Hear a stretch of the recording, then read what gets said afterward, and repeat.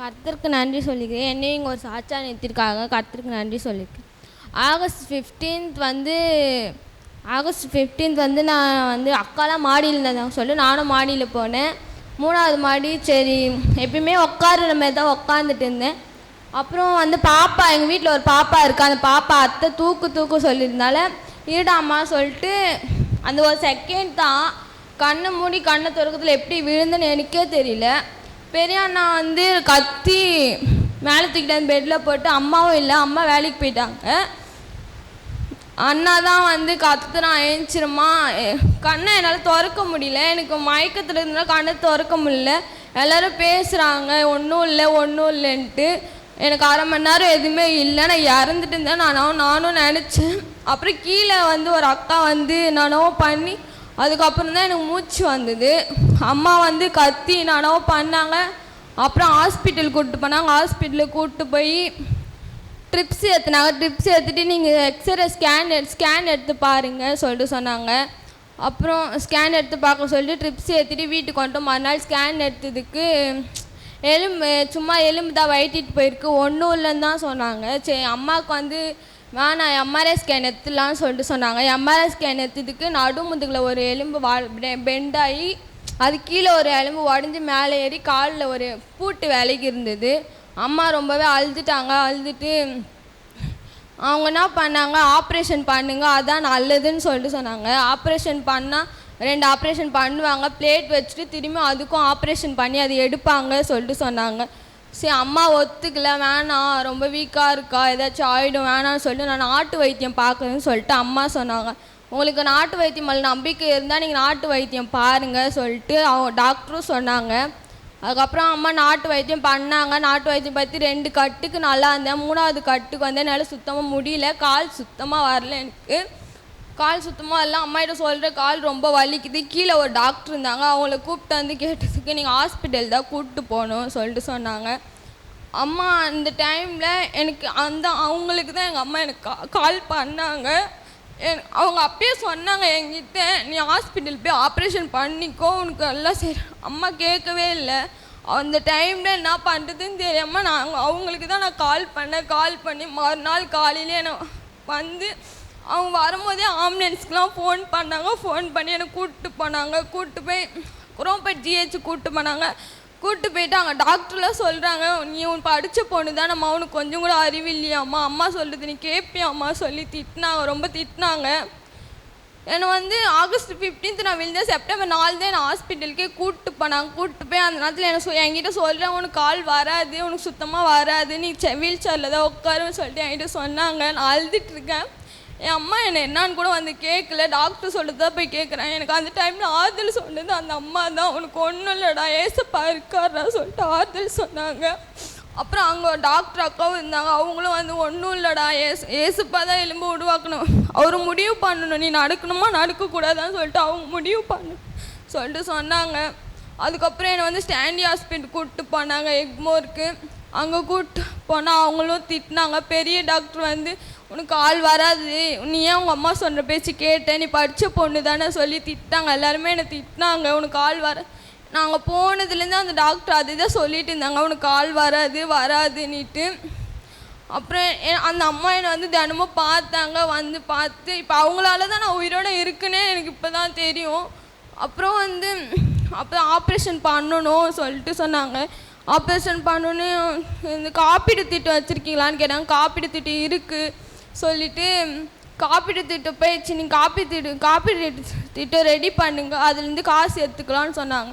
அப்புறம் காப்பீடு திட்டம் ஒர்க் ஆகல, நீங்கள் 30,000 கட்டுங்க, அப்போ தான் ஆப்ரேஷன் பண்ணோம். குழந்தை என்ன டிலேவே ஆகி ஆப்ரேஷன் இது இன்னும் போயிடுச்சுன்னா ரொம்ப வீக் ஆகிடுச்சுன்னா ஆப்ரேஷன் பண்ணால் பொழைக்க மாட்டான்னு சொல்லிட்டாங்க.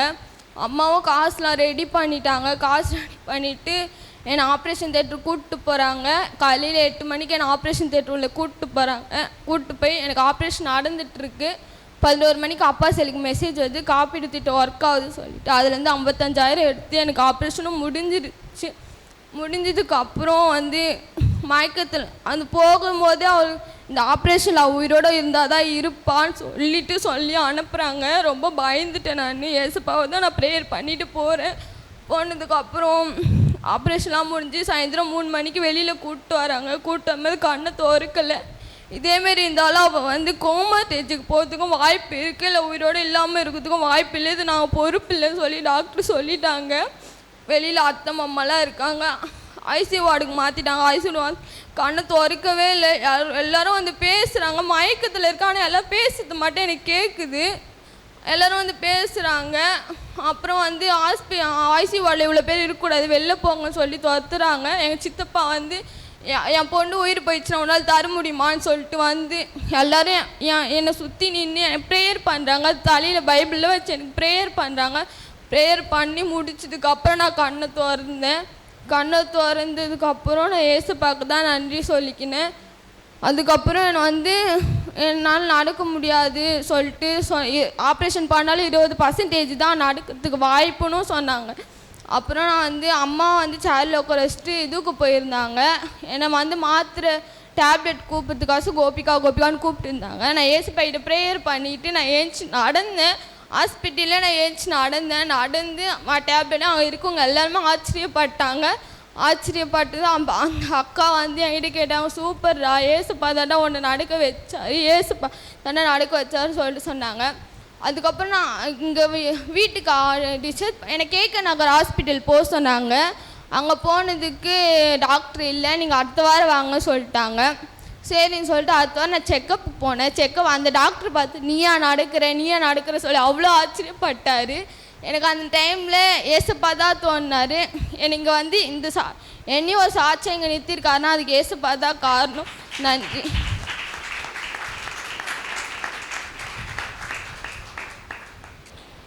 ரொம்ப அழகாக வந்து கோபிகா வந்து என்ன பண்ணாங்க, சாட்சி சொன்னாங்க பாருங்களேன். இன்னும் அவங்க சொன்னதை நான் தெளிவாக சொல்லணும்னா, மாடியிலேருந்து என்ன பண்ணிட்டாங்க, கீழே விழுந்துட்டாங்க. இப்படி பின் சைடாக உட்காந்துட்டு இருக்கும்போது என்ன பண்ணிட்டாங்க, அப்படியே சாஞ்சிட்டாங்க பாருங்க. எத்தனாவது மாடிமா? 3வது மாடி. நானும் முதல் மாடி தான் நானும் அவங்க சொல்லும் போது இமேஜின் பண்ணேன். ஆனால் 3வது மாடியிலேருந்து என்ன பண்ணியிருக்காங்க, விழுந்து என்ன பண்ணிட்டாங்க, எலும்பு எல்லாம் முறிந்து போனது. ஸோ அதில் பார்த்தீங்கன்னா அவங்க வீட்டில் ரொம்ப கேர்லெஸ்ஸாக இருந்ததுனால என்ன பண்ணிட்டாங்க, ஹாஸ்பிட்டலே கூட்டிகிட்டு போகாதனால என்ன ஆயிடுச்சு, இன்னும் நிலைமை ரொம்ப மோசமாயிடுச்சு. அந்த டைமில் தான் நம்ம மேகலா அக்காவுக்கு அந்த விஷயம் என்ன பண்ணியிருக்கு, தெரிய வந்தோடனே என்ன பண்ணாங்க, உடனே அவங்கள போய் பார்த்தாங்க. அதுக்கப்புறம் எனக்கு ஃபோன் பண்ணி என்னப்பா பண்ணலாம், நம்ம எங்கே கூட்டிகிட்டு போகலாம் அப்படின்னு ஆலோசனை கேட்டாங்க. நான் அதே மாதிரி தான் நம்ம ஸ்டான்லிக்கே என்ன பண்ணிவிடுங்க, கூட்டிகிட்டு போயிடுங்க, அண்ணனை பார்த்து ஹாஸ்பிட்டலுக்கே கூட்டிகிட்டு போயிடுங்க. நாங்கள் நிறைய பேசணும். சரி பேசிவிட்டு அங்கே போய் பண்ணால் அவங்க வீட்டில் என்ன பண்ணல, ஒத்துக்கலை பாருங்களேன். உடனே கூட்டிகிட்டு போகணும், அது ரொம்ப இப்படியே விட்டால் ரொம்ப மோசமாயிடும். ஏன்னா அக்கா பார்க்கும் போதே அது ரொம்ப நாள் ஆயிடுச்சு. அதனால் அப்போவே லேட்டு. ஸோ அதனால் கூட்டிகிட்டு போனோன்னா அப்பயும் அவங்க என்ன பண்ணல, ஒத்துக்கலை. அது போய் மோசமாக என்ன ஆயிடுச்சுன்னா அவங்களால என்ன பண்ண முடியல, மோஷனும் போக முடியல, யூரினும் போக முடியலன்ற நிலைமைக்கு என்ன ஆயிடுச்சு, மோசமாயிடுச்சு. ஏன்னா பெட்ரிடனாக என்ன ஆயிட்டாங்க. அப்படி இருக்கும்போது தான் கேட்டால் விசாரித்தா இத்தனை நாள் மோஷன் என்ன பண்ணல, போகல அப்படின்னும் போது சொல்லும் போது அது ரொம்ப உடலுக்கு டேஞ்சரான விஷயம். இன்னும் கேட்டிங்கன்னா யாராவது மரணத்தை சந்திக்க போகிறாங்கன்னு வச்சுக்கோங்களேன், அதுக்கு முன்னாடி இருக்கிற அறிகுறி மாதிரி மோஷன் என்ன பண்ணாது அவங்களுக்கு. அதுக்காக மோஷன் போகாதவங்களாம் நான் செத்துருவேன்னு பயந்துடாதீங்க, அதுக்காக சொல்ல. அது வந்து நார்மலாக என்னவாக இருக்கலாம், கான்ஸ்டிபேஷனாகவும் இருக்கலாம். ஸோ அதனால் அப்படி அர்த்தம் இல்லை. சிலர் சொல்லுவாங்க பாருங்கள், லாஸ்ட் ஸ்டேஜில் என்ன ஆகிடும், அந்த மாதிரி ஆகிடும் பாரு. ஸோ ஏன்னா உடல் செயல் இழுக்குதுன்னா அதெல்லாம் ஒரு சிம்டம்ஸ் பாருங்களேன். ஸோ அப்படி நிலைமைக்கு ஆகிட்டோன்னே போய் பார்த்துருக்கான். அப்போ திருப்பி உடனே என்ன பண்ணிட்டாங்க, ஃபோன் பண்ணி என்கிட்ட சொன்னாங்க, இந்த மாதிரி மோசமாக ஆக்கிட்டாங்கப்பா. அப்போ நான் கொஞ்ச நாள் 2 நாள் விசாரித்தேன். அதுக்கப்புறம் சரி ஏதாவது பண்ணியிருப்பாங்கன்னு நினச்சேன். ஆனால் அதுக்கப்புறம் ஃபோன் பண்ண மாதிரி தான் தெரியுது அவங்க எதுவுமே என்ன பண்ணலை அப்படின்னோடனே அவங்க என்ன பண்ணிட்டாங்க, ஹாஸ்பிட்டல் கூட்டிகிட்டு போயிட்டு, நான் நேரில் கூட போகல, மொத்தமாக கூட இருந்தது யார், மேகலாக்காவும் யோனத்தான் அண்ணாவும் தான் கூட எடுத்துகிட்டு போய் அவங்கள சேர்த்து அவங்க கூடயே என்ன பண்ணாங்க, இருந்தாங்க. ஸோ இருந்தபோது இந்த ஹாஸ்பிட்டலில் பார்த்தீங்கன்னா இந்த காப்பீடு திட்டம் என்ன பண்ணல, வேலை செய்யலை. ஸோ வேலை செய்யலைன்றது அவங்க ஏதோ மிஸ்டேக் இருந்தது, இது ஒர்க் ஆகலை அப்படின்னு சொல்லிட்டாங்க. ஸோ கவர்மெண்ட்டில் நம்ம என்ன நினைப்போம், ஃப்ரீயாக தான் ஆப்ரேஷன் பண்ணுவாங்க அப்படின்னு. ஆனால் அங்கேயுமே அந்த போல்டு நெட்டு சம்திங் அந்த காரியெல்லாம் வாங்குறதுக்கான காஸ்ட்டு தான் அது அப்படின்னு சொல்லி ஒரு 30,000 ரூபாய் என்ன பண்ணியிருக்காங்க, கேட்டிருக்காங்க. ஸோ அப்பவுமே பணம் நம்ம எப்படியாவது அதை இது பண்ணி அந்த பிள்ளையை காப்பாற்றணும் அப்படின்னு நாங்கள் என்ன பண்ணுவோம், ட்ரை பண்ணோம். அப்போ சில பேர் நம்ம சிஸ்டர்ஸ்லாம் கூட ஹெல்ப் பண்ணாங்க. அப்போ நம்மளால் முடிஞ்சதை என்ன பண்ணோம், ஹெல்ப் பண்ணி அந்த காசை சேர்த்து வச்சு போய் கொடுக்கலான்ற நேரத்துக்குள்ளே அது என்ன ஆயிடுச்சு, அந்த மாதிரி ஏதோ பண்ணி இது பண்ணியிருக்காங்க பாருங்களேன்.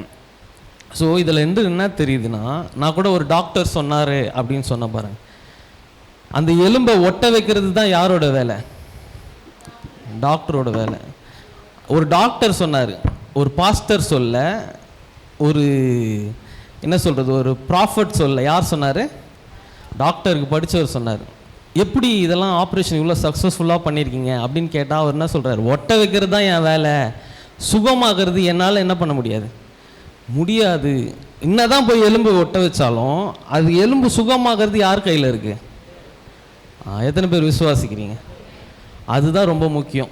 இப்போ பாருங்களேன், மேகலாக்கா மூலயமா உங்களுக்கு உதவி செஞ்சுருக்கலாம், என் மூலயமா உதவி செஞ்சுருக்கலாம். இதெல்லாம் மனிதர்கள் நம்மளை எதுக்கு தான் வச்சுருக்காரு, ஒருவரில் ஒருவர் அன்பு கூறுங்கள், ஒருவருக்கு ஒருவர் என்ன பண்ணுங்க, உதவி செய்யுங்கள், ஒருவருக்கு ஒருவர் பக்கபலமாக இருக்கணும், கஷ்டப்படுறவங்க கிட்ட என்ன பண்ணணும், உதவி செய்யணும் அப்படின்னு தான் நம்மள என்ன பண்ணியிருக்காரு, பூமியில் வச்சுருக்காரு. நம்ம மூலியமாக தான் என்ன பண்ணுவார், அந்த காரியங்களை செய்வார் பாருங்களேன். ஸோ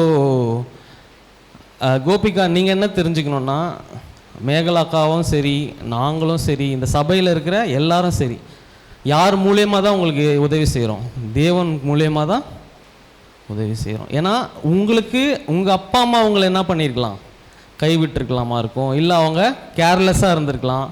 ஆனால் உங்களுக்கு ஒரு குடும்பம் என்ன பண்ணுது, இருக்குது. உனக்கு ஒரு அப்பா என்ன பண்ணுறாரு, இருக்காரு. அவர் தான் யார், நம்ம பிதாவாகிய தேவன். இயேசுன்னு ஒருத்தர் என்ன பண்ணுறாரு, உனக்கு இருக்காரு.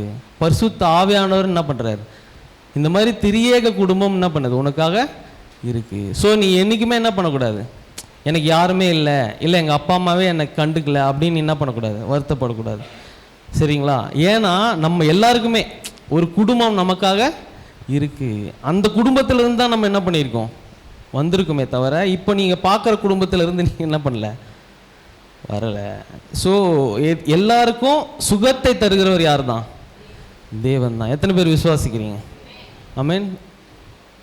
நான் ஃபோன் பண்ணி விசாரிக்கும் போது கூட அண்ணன் என்ன சொன்னார்னா, ஆப்ரேஷன்லாம் சக்ஸஸ்ஃபுல்லாக முடிஞ்சிச்சுப்பா, அந்த பொண்ணு எப்போ நடக்கும்னு தெரில, ஃபிசியோதெரபிஸ்ட்லாம் என்ன பண்ணியிருக்காங்க, ஃபிசியோலாம் கொடுக்க சொல்லியிருக்காங்க அப்படின்னு சொன்னாங்க.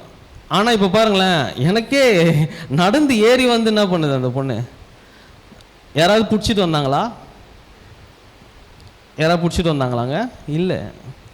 யாராவது தூக்கிட்டு வந்தாங்களா, ஒரு ஹெல்ப்புமே இல்லாமல் என்ன பண்ணுச்சு, வந்து நின்று இவ்வளோ நேரம் சாட்சி சொல்லி என்ன பண்ணியிருக்கு, போயிருக்கு. இதை பார்த்தும் உனக்கு இன்னும் அறிவு வரலனா, இதை பார்த்தும் உனக்கு இன்னும் நீ விசுவாசம் பெருகலைன்னா, வேறு எதை பார்த்தாலும் உனக்கு என்ன பண்ணாது, தேவனே இறங்கி வந்தாலும் உனக்கு விசுவாசம் வராது. எத்தனை பேருக்கு புரியுது? ஆமென். அந்த பொண்ணு இறங்கி நடந்து போனதை பார்த்தே நீ என்ன பண்ணியிருக்கணும், வாழ்க்கையில் தேவன் உண்மை உள்ளவர், அவர் என்றென்றைக்கும் நம்மளை என்ன பண்ணுறாரு, பாதுகாத்து கொண்டே இருக்கிறார்.